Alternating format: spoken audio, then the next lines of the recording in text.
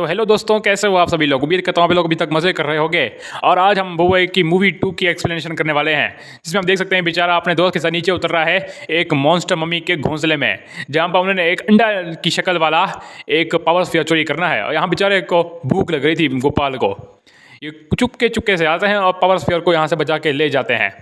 और जब यहाँ से भागने वाले होते हैं तो यहाँ पे एक बहुत बुरा काम होता है। गोपाल एक अंडा उठा लेता है क्योंकि उसे भूख लग रही थी मोटे को। वो कह रहा था कि ये आज अपना नाश्ता बनेगा। गोपाल कहता है कि उस अंडे को वापस रखो, उसका पैर खींचता है तो फिर तो वो अंडा उसके हाथ से गिर जाता है और टूट जाता है। और फिर यहाँ से निकला एक नन्हा सा शैतान, जिसने आते ही धाड़े मार मार कर चीखना शुरू कर दिया, जिससे इन लोगों की बोलती बंद हो गई क्योंकि इससे मम्मी मॉन्स्टर जाग गई थी। और फिर इन पर ऐसा हमला किया, बता नहीं सकता तुम लोगों को। उन सबको खूब दौड़ाया उन लोगों को। अब ये लोग यहाँ से भाग ही रहे थे कि यहाँ पर कोई इनको घूर रहा था इस टाइम। ये बुआ तो अपने गोपाल के साथ नीचे गिर जाता है और झट से आइस बन जाता है। और फिर ज़बरदस्त स्लाइड बना के यहाँ से वो भागना शुरू कर देते हैं ताकि मॉन्स्टर मम्मी से बच सकें। और पता ही उस वक्त कौन घूर रहा था? हमारे प्यारे मिस्टर अडूडू कॉमेडियन जो हमारे हैं यहाँ के, वो पावर स्फीयर को चुराना चाहते थे क्योंकि उन्हें पावर स्फीयर हंटर जो बनना था ना। और ये लोग तो फिर यहाँ से भागना शुरू कर रहे होते हैं। मम्मी मॉन्स्टर अचानक से झपट्टा मारती है जिससे उनकी स्लाइड टूट जाती है। फिर से एक नई स्लाइड बना के नीचे फटाफट एक केव में जाके छुप जाते हैं। मम्मी मॉन्स्टर बाहर उनकी राह तक रही थी कब बाहर निकलेंगे। और यहाँ पर ये छोटू मॉन्स्टर गोपाल पे हमला कर देता है ताकि उससे बदला ले सके। ये उसे बाहर ले आता है और फिर मम्मी मॉन्स्टर इसकी खूब पिटाई लगाती है कि मेरे बच्चे को गिराएगा, हैं मेरे बच्चे को खाएगा तू। बोबो बॉय अपने दोस्त को देख रहा होता है कि उसका क्या हश्र हो रहा है। यहाँ पर अगबॉट को, जो कि पावर स्फीयर था, उसको मिस्टर अडूडू पकड़ के अपने साथ ले जा रहे थे। ये गोपाल को बस जान से मारने ही वाली थी मॉन्स्टर मम्मी की। यहाँ पर हैना आ जाती है और फिर वो उसे पकड़ के उड़ाना शुरू कर देती है ताकि गोपाल की जान बच जाए। और जब ये अडूडू बड़ा खुश हो रहा था कि वो बॉय को चढ़ा रहा था कि तुम मुझे कभी पकड़ नहीं पाओगे, वो बॉय थंडरस्टॉर्म बन के आ रहा था इनके पीछे पीछे। और फिर यहाँ पर अडूडू का एक बड़ी सी स्पेसशिप रास्ता रोक देती है, जिसके कैप्टन थे मिस्टर पापाजोला। वो सर कहते हैं कि तुम इंसाफ से बचकर कभी भाग नहीं सकते, समझे? तुम्हें जो करना है कर लो। और फिर यहाँ फैंग अपने शेडो बीस्ट की आर्मी के साथ आ जाता है, जो इनको बड़े मजे से खतरनाक तरीके से घूर रहा था। यंग भी पावर स्फीयर छीन लेती है और फिर फैंग करता है उन पर जबरदस्त अटैक कि जाओ जाकर उसे खा लो, अपना पेट भर लो। और फिर यहाँ तो वो भी इनकी पिटाई लगाता है और इनको 7 समंदर पार उड़ा देता है। सॉरी, मैं थोड़ा दूर उड़ा के फेंक देता है। और पता है ये अडूडू कहाँ जाके गिरा? सीधा मॉन्स्टर मम्मी के बेबी के ऊपर। फिर तो मॉन्स्टर मम्मी को बहुत गुस्सा आया और उनको गुचल गुचल के बहुत बुरी तरह मारा पीटा, पता नहीं क्या क्या नहीं किया, मैं तुम लोगों को अब बता नहीं सकता। और फिर यहाँ बोबो आ जाता है इसको बचाने के लिए, और जिसकी वजह से मिशन ज़रा सा खतरे में पड़ गया था। लेकिन फिर भी ये मिशन सक्सेसफुल रहा ही।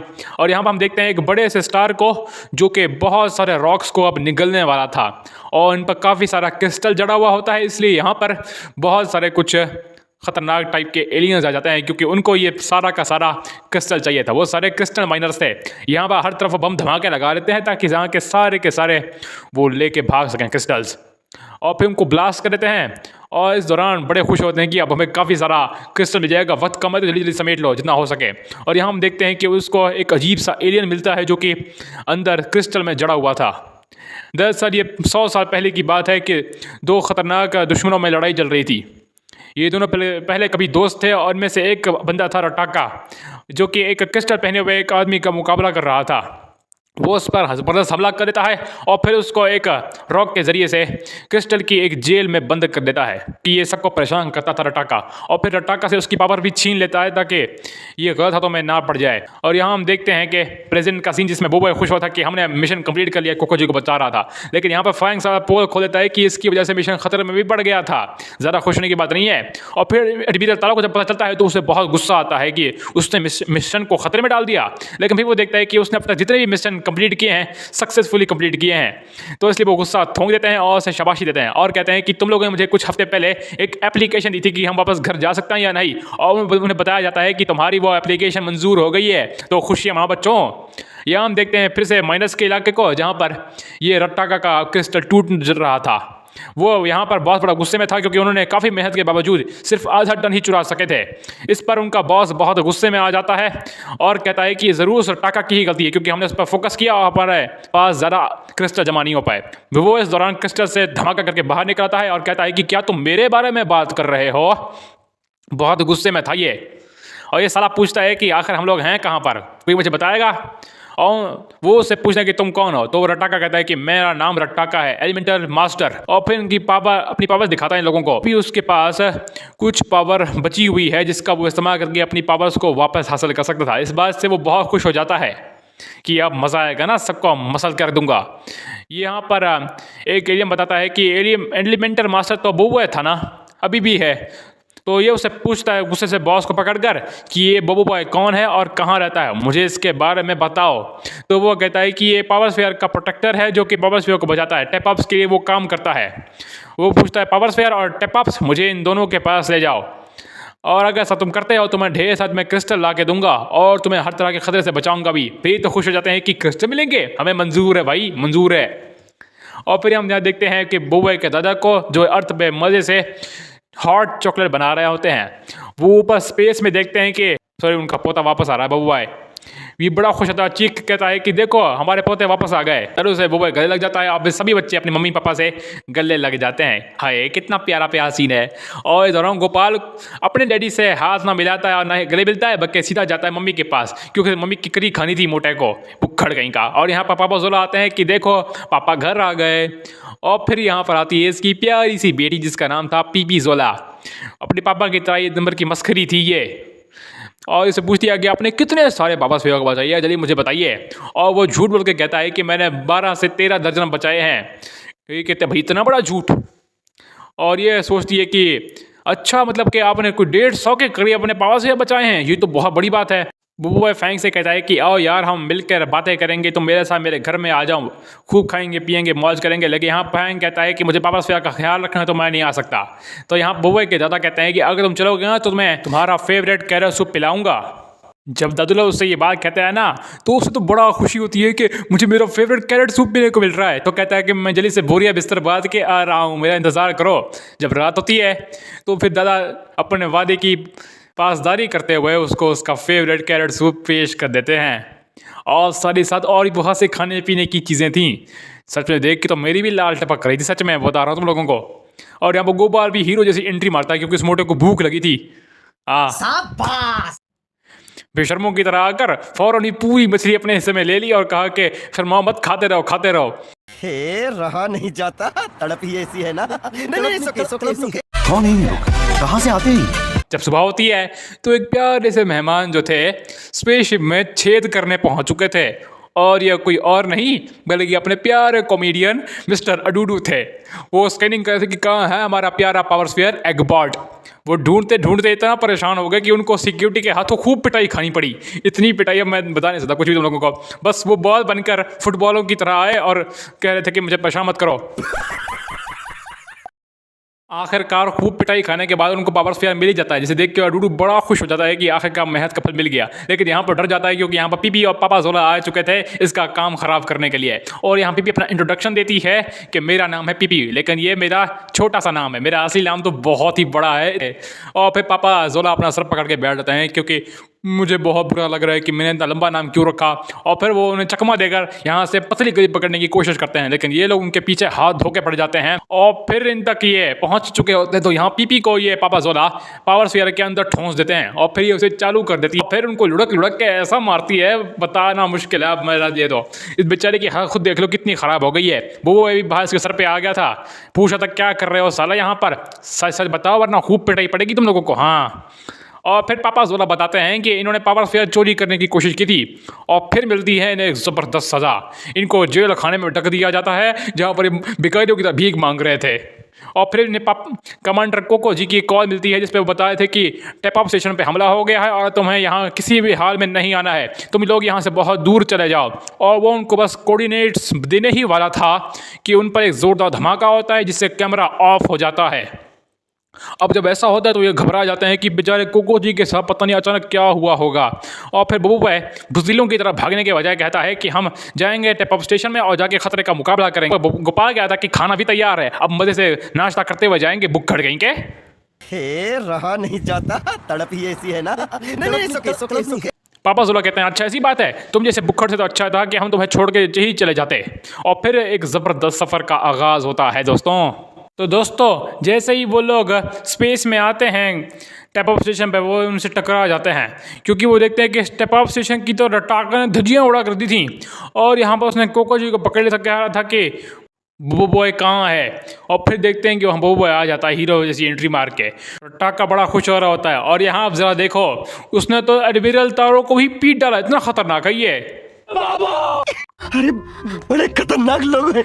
यहाँ पर बसों भी डरे हुए थे। दरअसल इसकी वजह ये थी कि यहाँ पर पीपी जोला आन पहुंची थी, जो कहती कि वही मुझको नींद आ रही है। रटाका भाई अपना इंट्रोडक्शन करवाता है कि मैं हूँ रटाका और हमको तुमसे खास तौर पे मिला था बबुआ, तुमसे बहुत ज़रूरी काम था हमको। तो बबुआ पूछता है कि तुम्हें मुझसे भला क्या काम है, बोलो। वो कहता है कि मुझे मेरी पावर वापस चाहिए, एलिमेंटल पावर। फिर तो इसके होश उड़ जाते हैं। ये पूछता है क्या हुआ साले, तुम्हें क्या लगता है तुम इसके पहले यूज़र हो? और वो उसे पकड़ लेता है। यहाँ बूबा को बहुत गुस्सा था, वो ब्लेज बन के उसको जोर की धार चखाता है अपने ब्लेज की। बूबा को उस पर बहुत गुस्सा आता है, कहता है कि छोड़ूंगा नहीं साले तुझे। और फिर पलटा कबड्डी पापड़ दिखाता है, एक सिंगल शॉट ही में पूरा पहाड़ पार कर दिया था। इतनी खतरनाक ताकत है, दिखा रहा था मेरी ताकत देखी तुमने, सबको उड़ा के फेंक दूंगा तुम लोगों को। और फिर से आओ गुस्सा आता है, फिर से मुक्कों की इस पर बौछार कर देता है। लेकिन इस साले को तो एक भी मुक्का सही से लगता ही नहीं है सच में। और उल्टा वो इसे पकड़ लेता है और फिर उसको उठा उठा के फेंकना शुरू कर देता है और 2 मिनट में उसकी चटनी बना के बैठ जाता है ये साला। यहाँ मडूडू को देखते हैं जो बेचारा स्पेसशिप से भागने का ट्राई कर रहा था, क्योंकि स्पेसशिप में एक छोटा सा छेद था और प्रभु उसको बाबा धकेल रहा था कि बाहर जा साले, आज़ादी हासिल कर। और यहाँ इसके दोस्त जाते हैं बबुआ के, कहते हैं कि हमारे बाबू कुछ भी कहना है तो तेरा हार इनकी जैसा कर देंगे। लेकिन ये तो उनको सिंगल शॉट ही में सारों को एक साथ उड़ा कर देता है। बाबा इतना खतरनाक कोई होता है? हलोगी बाबा, देखना पड़ रहा है। यहाँ बबुआ को चांस मिल जाता है, वो अपनी 5 पावर्स को यूज करके रटाका की पिटाई शुरू कर देता है। और फिर यहाँ देखते हैं कि बबुआ 16 पीछे तैयार हो गया था मारने के लिए एक जोरदार हिट, और उसको जाके दीवार से चिपका देता है। इसे तो चीख चीख के मर जाना चाहिए था, क्यों है ना? अभी मजा आएगा ना भिड़ो। लेकिन जो कुछ भी हुआ बिल्कुल उसके उलट। ये चिल्लाने के बजाय उल्टा हंसने लग गया था, क्योंकि बूबा ने गलती करी थी। दरअसल वो रटाका की चाल थी, वो उसकी सारी पावर सोखना शुरू कर देता है कि आओ मुझे मेरी पावर्स दे दो बच्चा, हो गई तुमसे बड़ी गलती। और फिर उसको झट से पकड़ लेता है और फिर उसे कहता है कि जितना ज़्यादा तुम खुद को स्प्लिट करते हो ना, तुम्हारी एलिमेंटल पावर्स उतनी ही ज़्यादा कमज़ोर पड़ जाती हैं। और उसके बाद फिर उसकी सारी पावर छीन लेता है और बाकी तीनों को भी पकड़ लेता है। उनको पहले खूब तड़पाता है और फिर उनकी पावर भी छीन लेता है। और फिर यहाँ पर बूबा अर्थक्वेक बच जाता है और फिर बूबा को गुप्पा स्पेस में बचा के यहाँ से भागना शुरू करता है। जल्दी जहाँ बचा के भागो वरना छोड़ेगा नहीं। कोको जी समझाते हैं कि जल्दी से जाओ, मैंने तुम्हें लोकेशन भेज दिया, यहाँ तुम्हें जाना है, तुम्हें हंकासा के पास जाना होगा, अब देर मत लगाओ, अब यहाँ से भागो फौरन। ये सुनने के बाद वो और इंतजार नहीं करते, वहाँ से भागना शुरू करते हैं। यहाँ पर माइनस का हेड बोलता है कि जाओ उसे उड़ा दो यू। ये देखता है कि ये तो एक फुलचड़ी आ गई, इतनी मासूम और इतनी खतरनाक दिखने में थी कि इसने अडूडू के दिल पर कब्जा ही कर लिया। अब यहाँ पर लव स्टोरी शुरू हो गई है, देख लो। सर क्या बात है सर, क्या बात, ये बात है भाई। समझ में नहीं आता ऐसे लोग आखिर आते कहाँ से हैं। ये लोग पोटर से आखिर का भाग ही जाते हैं उनको चकमा देकर। अब जब यहाँ पर ये लोग पहुँचते हैं तो इनका फौरन एक्सीडेंट हो जाता है। यहाँ पर रटाका ऑर्डर देता है कि यहाँ से अब चलो, हमारा यहाँ कोई काम नहीं है। लेकिन हम देखते हैं कि यहाँ पर तो उन्होंने ढेर सारे डायनामाइट्स लगा दिए थे, जिनको ये उनका हेड फोड़ देता है। जाओ धमाके में उड़ जाओ बेटा। ओहो हो, अब तो सारे मर गए बेटा, अब तो कोई नहीं बचेगा लगता है, सब खत्म हो गए बेटा, सब मर गए, एक भी नहीं बचा। खत्म, bye bye, tata, goodbye, गया। ये लोग तो जान बचा चुके थे, लेकिन इन लोगों का जो स्पेसशिप था वो दलदल में डूब गया। यहाँ पर प्रभु और अडूडू कहीं गायब हो गए थे। अब इनको समझ नहीं आए थे अब क्या करें, बस अब क्या कर सकते थे भाई, यहाँ से चलना शुरू कर देते हैं और अभी डेटा को चेक करते हैं, जिसमें अब बहुत सारी तकनीकी खराबी आ गई थी। इनको कुछ समझ नहीं आता होता कि आखिर हंकासा से हमें करना क्या है, उससे लड़ाई करनी है या उससे मदद मांगनी है। और सभी उसे ढूंढ रहे होते हैं कि उनके पास आता है एक अजीब सा क्रिएचर जिसका नाम था कैंग कॉन्ग। वैसे तो ये बहुत ठंडे दिमाग का लग रहा है, लेकिन जैसे ही अंधेरा होता है ये लोग बहुत ही खतरनाक और तेज़ हो जाते हैं। इनकी स्पीड का मुकाबला करना नामुमकिन होता है लगभग। और ये देखते हैं कि ये तो लाखों की तादाद में हैं।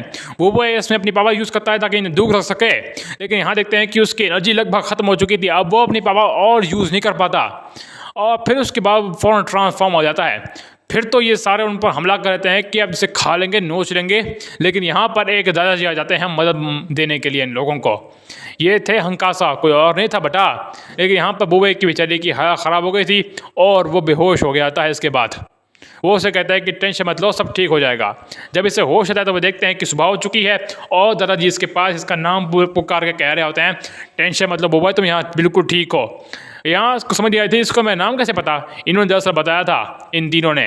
वो कहता है कि हाँ मैं ही हूँ हंकासा जिसकी तुम लोगों को तलाश थी और मैं यहाँ पर तुम लोगों का इंतज़ार ही कर रहा था और तुम लोग मुझे ब्रो कह सकते हो, ठीक है। वो मजाक कर रहे थे, वो कहे थे कि तुम मुझे दादू कासा बुला सकते हो, ठीक है। और बुबई उससे पूछता है कि आप हंकासा हो तो आपने रटाका को पक्का हराया होगा कभी, है ना। वो पूछते हैं रटाका कौन है, मैंने उसके बारे में कभी सुना था, वो बहुत ख़राब था, मैंने उसको इस बार हराया ज़रूर था उसको। लेकिन वो पूछता है कि आपको पता है कि रटाका ने मेरी 4 पावर छीन ली है। वो उससे पूछते हैं क्या वो किसी किस्म का घोड़ा है, बिल्कुल इस गधे की तरह बोलो। फिर वो उसे रटाका के बारे में बताता है कि वो कौन है और कहाँ से आया है, बड़ा ख़तरनाक है वो। फिर यहाँ हंकासा को सब समझ में आ जाता है कि ये रटाका कौन है आखिर। लेकिन यहाँ पर देखते हैं कि बेचारे ओचोबोर्ड की हालत ख़राब हो गई थी। हंकासा इनको ट्रेनिंग देने के लिए मान जाता है और वो कहता है कि फ़ौरन ट्रेनिंग शुरू होगी नहीं बल्कि कल शुरू होगी। और फिर लोग सब पकड़ के बैठ जाते हैं कि भैया हम कल तक का कब तक इंतज़ार करेंगे, कैसे इंतज़ार करेंगे। और यहाँ पर देखते हैं कि अडूडू मस्त ट्रेनिंग कर रहा होता है और ज़बरदस्त ढोले छोले बना रहा होता है। और पता है इसका रीज़न क्या था, दरअसल कल रात को बेचारी को सर पे बहुत ज़ोर की चोट लगी जिसकी वजह से सब कुछ इसको भूल चुका था कि मैं कौन हूँ और कहाँ से आया हूँ। बस इसको इतना याद था कि कल मेरी वाइफ को ना कुछ बदमाश एलियन पकड़ के रह गए थे। यहाँ वो अयूयू की बात कर रहा था और वो कहता है कि मैं ताकतवर बनना चाहता हूँ ताकि उसको बचा सकूँ, मुझे वो बहुत प्यारी लगती है। वहाँ पर बुबई को बताया जाता है कि तुम्हें अगर ट्रेनिंग करनी है तो तुम्हें 3 तरह की शर्तें माननी पड़ेंगी। पहली शर्त यह है कि तुम किसी भी तरह के टेक्नोलॉजी का यूज़ नहीं करोगे और दूसरा ये है कि किसी भी तरह से किसी से कोई राब्ता नहीं रखोगे, तुम्हारा किसी संबंध नहीं रहेगा। और तीसरी सबसे ज़रूरी बात यह है कि तुम लोग मेरे घर के अंदर बिल्कुल एंटर नहीं करोगे, अंदर जाने पर तुम्हें सख्ती से मनाही है, याद रखना। और उनको कहता है कि तुम लोग बाहर टेंट पे सोगे, तुम्हारे सोने के लिए यही जगह होगी, समझे बेटा, इसे शिकायत मत करना। और यहाँ पर हम देखते हैं रटाका को जिसने एक प्लेनेट पर हमला कर दिया था और वहाँ की बिजली की पावर चोरी कर रहा था। तो यहाँ पर लुटेरे को रोकने के लिए आ जाते हैं यहाँ की पुलिस, है ना। यहाँ अपने कोको जी से पूछती है कि अब हमें क्या करना चाहिए, कैसे आप लोगों को बचाएंगे। दरअसल वजह ये थी कि ये लोग बच के साथ आ गए थे। हुआ कुछ यूँ था कि यहाँ पर कैप्टन काइजो आ गए थे और उन्होंने वक्त रहते यहाँ पर एनर्जी बैरियर बचा के सबको बचा लिया था, इसलिए ये लोग अपनी जान बचाने में कामयाब रहे। और इन्होंने सिर्फ इतना ही नहीं किया बल्कि इन्होंने एक स्पेशल ट्रैकिंग डिवाइस भी उन लोगों के डिवाइस में चिपका दी थी ताकि वो जहाँ कहीं भी जाएँ उनको वो पकड़ सकें। अब कहीं वो लोग जाने की कोशिश करेंगे ना तो ये उनको फटाफट पकड़ लेंगे। हाँ, और हम देखते हैं कि रातों रात उसने उन सारे पुलिस वालों को रटाका ने मार डाला था।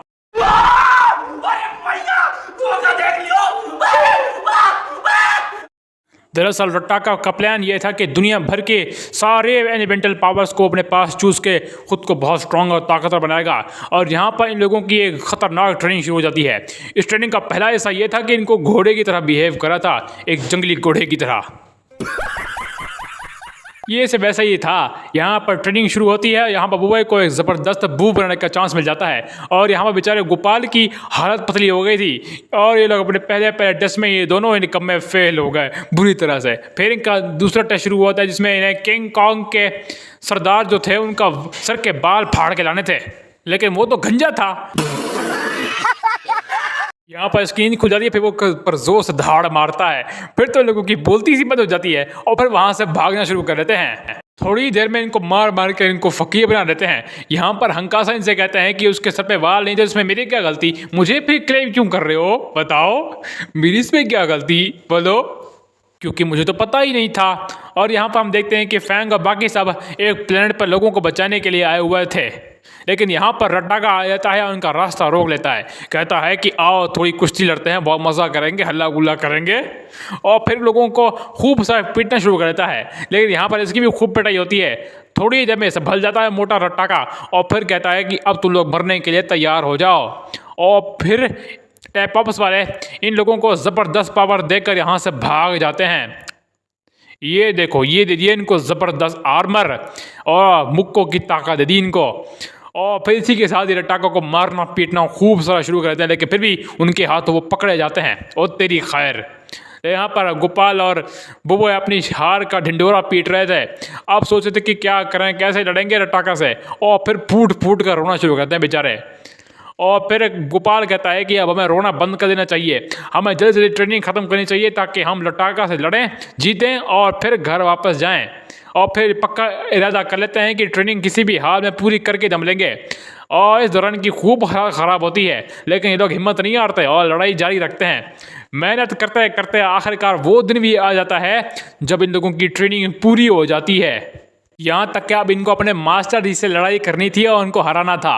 और फिर ये लोग पूरी तरह तैयार हो जाते हैं, क्योंकि अब हंकासा से जीतने के बाद अब इनकी ट्रेनिंग पूरी हो जाएगी और फिर इसके बाद इनका आखिरी इम्तिहान भी शुरू हो जाता है। लेकिन हैरानी की बात यह है कि ये लोग अपने उस आखिरी इम्तिहान को भी पूरा कर लेते हैं। और फिर जब इम्तिहान पूरा हो जाता है, फिर वो कहता है कि अब चलो मेरी फीस निकालो। शाबाश। इसके बाद अटाका उनको पकड़ लेता है और फिर उसके बाद तुम लोग यकीन नहीं करोगे, इसने बहुए की एलिमेंटल पावर अर्थक्वेक छीन ली और उसे अपने कब्जे में ले लिया। इसके बाद हम देखते हैं कि ऑटोबॉट भी पापा ज़ोलो के साथ वहाँ आ गया था, जिसकी हालत बहुत ही ज़्यादा ख़राब हो चुकी थी। वजह दरअसल ये थी कि हंकासा ने इसे अपने एक स्पेशल कमर में बंद कर रखा था और वो इस पर तरह तरह के उल्टे सीधे एक्सपेरिमेंट कर रहा था।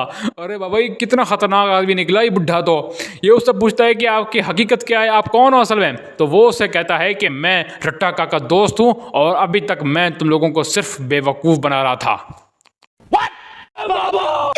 हमें दिखाया जाता है कि हंकासा ने असल में ऑटोबॉट को परेशान नहीं किया, बल्कि उसका डेटा जो था उसको ठीक कर दिया था। इसमें अब साफ साफ पता चल रहा था कि कोकोजी लड़ाई करने का कह रहे थे, ना कि उनसे दोस्ती करने का, क्योंकि वो रटाका के पुराने दोस्त हैं।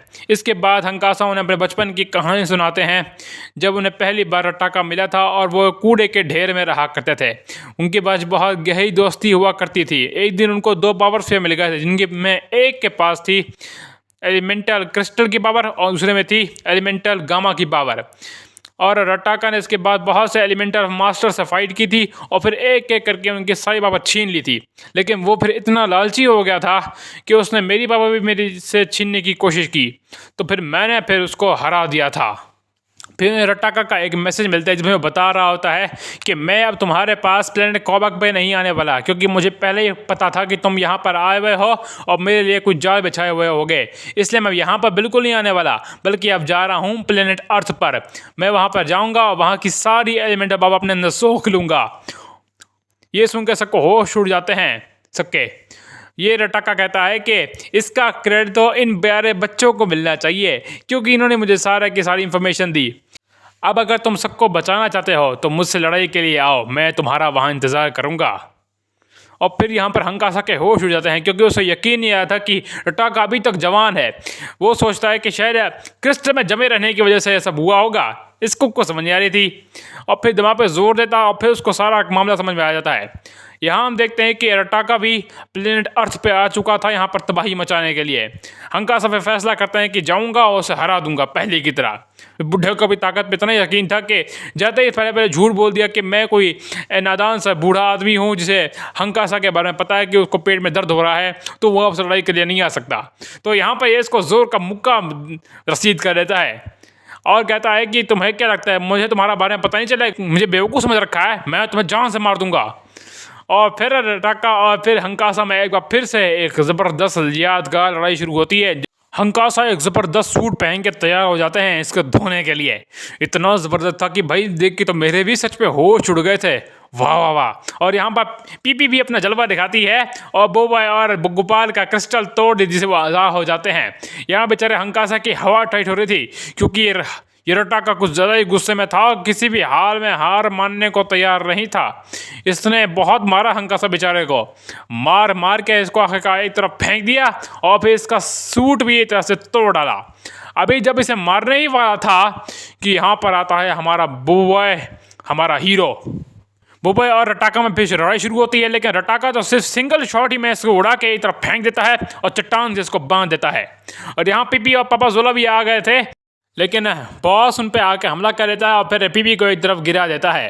यहाँ डूडू इनके सर पे आ गया था इनको पीटने के लिए, इनको भर भर के पीट रहा होता है, लेकिन फिर एंड पे अपनी ही वाइफ के हाथों एक ज़बरदस्त क्रिस्टल की मार चखता है, जिससे इसका जो सर का जो मसला था वो सॉल्व हो जाता है। इसको सब कुछ याद आ गया था, लेकिन फिर भी प्यार नहीं भूला। ये इतना हरामी लड़का ये है ना। फिर रट्टाका इसको ज़बरदस्त हथौड़ा मारने ही वाला था, लेकिन फिर यहाँ पर हंकासा ऐसे आके बचा लेते हैं। यह वो इमोशनल लगता है क्योंकि यहाँ पर हंकासा ने अपनी गलती मान ली थी और वो उसे कहते हैं कि मुझे माफ़ करना, मैं तुम्हारी एलिमेंटल पावर छीन ली। मैं सोचता था कि तुम बहुत लालची हो गए, लेकिन तुम तो बहुत ही अच्छे और नेक निकले, तुम बहुत ताकतवर हो, रट्टाका से भी कहीं गुना ज़्यादा। और फिर रट्टाका को बहुत गुस्सा आता है, वो कहता है कि तुम ये कैसे कह सकते हो। वो कहता है कि तुम लालची हो और हमेशा ताकत के लिए इधर उधर भागते रहते हो, और तुम अब मुझसे बिल्कुल भी प्यार नहीं करते, तुम अब बहुत ख़राब हो चुके हो, इतने ख़राब कि अब मैं तुम्हें अपना अच्छा दोस्त भी नहीं मान सकता, तुम बदल चुके हो। ये कहेगा तो फिर रट्टाका उसको जोर का मार के रख देता है। यहाँ पर हंकासा समझाते हैं कि अपनी दोनों एलिमेंटल पावर्स को इकट्ठे इस्तेमाल करो, और फिर उसके बाद हंकासा को वो जोर का मार कर एक तरफ गिरा देता है, उसके सूट के धज्जियाँ उड़ा के रख दी थी। और यहाँ पर पापा जोला को बड़ा गुस्सा आता है कि मेरी बेटी पे हाथ उठाता है, और फिर इन सारे माइनस की पिटाई शुरू कर देता है। ये यहाँ पर एलिमेंटल पावर्स की साइज छीन लेता है। उसके बाद रट्टाके के पास आती है एलिमेंटल क्रिस्टल की पावर, बड़ा हीरो बन रहा होता है यहाँ पर, लेकिन हबुबा को बहुत गुस्सा आ रहा होता है और यहाँ एलिमेंटल स्प्लिट करके अपनी दोनों पावर एक दूसरे से कंबाइन कर देता है। और फिर यहाँ पर एक नया फॉर्म आता है बोबॉय की पावर का, और ये था बोबॉय फॉरेस्ट फायर, बिल्कुल नया फॉर्म था ये। उसके बाद रट्टाका को खूब पीटता है, मार मार के फिर उसको सातों आसमान उड़ा देता है ये, सॉरी आई मीन इसे डैंग के ऊपर जाके फेंक देता है। और यहाँ पर गोपाल परेशान था कि अब मैं क्या करूँ, इसे सॉल्व कैसे करूँ। एलिमेंटल ड्रेन ओपन करके इसकी पावर छीनने का प्लान था, लेकिन यहाँ देखते हैं कि हंकासा भी जिंदा है। वो उससे पूछते हैं कि आप जिंदा कैसे हो, तो वो कहते हैं कि मेरी परेशानी ये नहीं थी कि मैं मर गया था, दरअसल मेरी परेशानी ये थी कि मैं थका हुआ था, इसलिए मैं गहरी नींद में सो गया थोड़ी देर के लिए। और यहाँ हम देखते हैं कि पापा जोला को बड़ा गुस्सा आ रहा होता है और फिर इनको खूब पीटता है, इन पर जहरीली गैस थोंक देता है, जिससे लोगों की हालत पतली हो जाती है और फिर ये मर जाते हैं। बोबॉय फिर रट्टाका के हाथ पकड़ा जाता है और फिर वो उसे मारने वाला था कि बस ऑटोबॉट आ गई, जिसकी एलिमेंटल ड्रेन अब ओपन हो चुकी थी। बोबॉय ने जल्दी से उसकी क्रिस्टल पावर से छीन ली और फिर आ गया कहानी में नया मज़ा। यहाँ पर है ना, और बाकी सब भी आ गए थे इस रट्टाका को धोने के लिए, और फिर इसको उड़ा दिया पहले और फिर इसे ज़मीन में गाड़ दिया। रट्टाका को बड़ा गुस्सा आता कि मैं हार कैसे गया, और फिर यहाँ पर पूरा डैम ही उड़ाना शुरू कर देता है ये तो। और फिर यहाँ बोबॉय एक और नई पावर अपने ले आता है, इसका नाम था ग्लेशियर। पहले रट्टाका, उसके बाद पूरा डैम ही इसने फ्रीज कर रख दिया था। बाबा इतना खतरनाक हो गया ये बोबॉय तो। और फिर इसके एक ही वक्त में इसकी सारी की सारी एलिमेंटल पावर इसे कम्प्लीटली छीन ली, और फिर ले आता है थंडरस्टॉर्म और सोलर का मिक्सचर, जिसका नाम था बोबॉय सुपरा। और रट्टाका को जोर की बीम मार के स्पेस में रॉकेट बना के हमेशा हमेशा के लिए उड़ने के लिए छोड़ देता है। बोबो बॉय ने हद से ज़्यादा पावर यूज़ कर ली, जिसकी वजह से वो थक हार कर बेहोश हो गया और उसके बाद पानी में जाके गिर गया। जब इसको होश आए तो देखा कि वो उसके दोस्तों ने उसे बचा लिया था, और यहाँ पर उसके दादू लाल भी आ चुके थे उसका हाल चाल देखने के लिए कि उसको क्या हो गया है, वो किस हालत में है। और यहाँ पर सबकी फैमिलीज़ भी आ जाती हैं, फिर सब यहाँ पर खूब एंजॉय करता है। यहाँ पर गोपाल के पापा उसके लिए करी लेके आए थे कि मेरे साथ बैठ के खाएगा, लेकिन उसे फिर भी अपने पापा की कोई परवाह नहीं थी, जाके बैठ गया अपने पापा की करी खाने के लिए, हरामी कहीं का। यहाँ पापा जोला भी आ गए थे अपनी वाइफ के पास, लेकिन ये तो गुस्से में पागल हो चुकी थी। उसे बहुत गुस्सा आया था कि मेरी बेटी को बिना पूछे इतनी खतरनाक जगह पे ले गया तू, अगर उसे कुछ हो जाता मैं तुम्हारा क्या करती। और यहाँ देखते हैं कि हंकासा बिल्कुल ठीक हो चुके थे और अब यहाँ से टहलते हुए जा रहे थे। वो पूछता है कि आप अभी तक ठीक कैसे हो। हंकासा गोपाल से पूछता है कि तूने बोबो को बताया नहीं कि मैं बिल्कुल ठीक हूँ, मैं मरा नहीं हूँ। और फिर यहाँ पर आके जिससे गले लग जाता है ये लोग, और फिर उससे पूछते हैं कि आपने फिर बेहोश होने की एक्टिंग क्यों की। वो कहते हैं कि मैंने सिर्फ इसलिए क्या किया था कि तुम में गुस्सा बढ़ जाए और फिर तुम जम कर उसे धो, और इस तरह से ये ज़बरदस्त कहानी ख़त्म हो जाती है।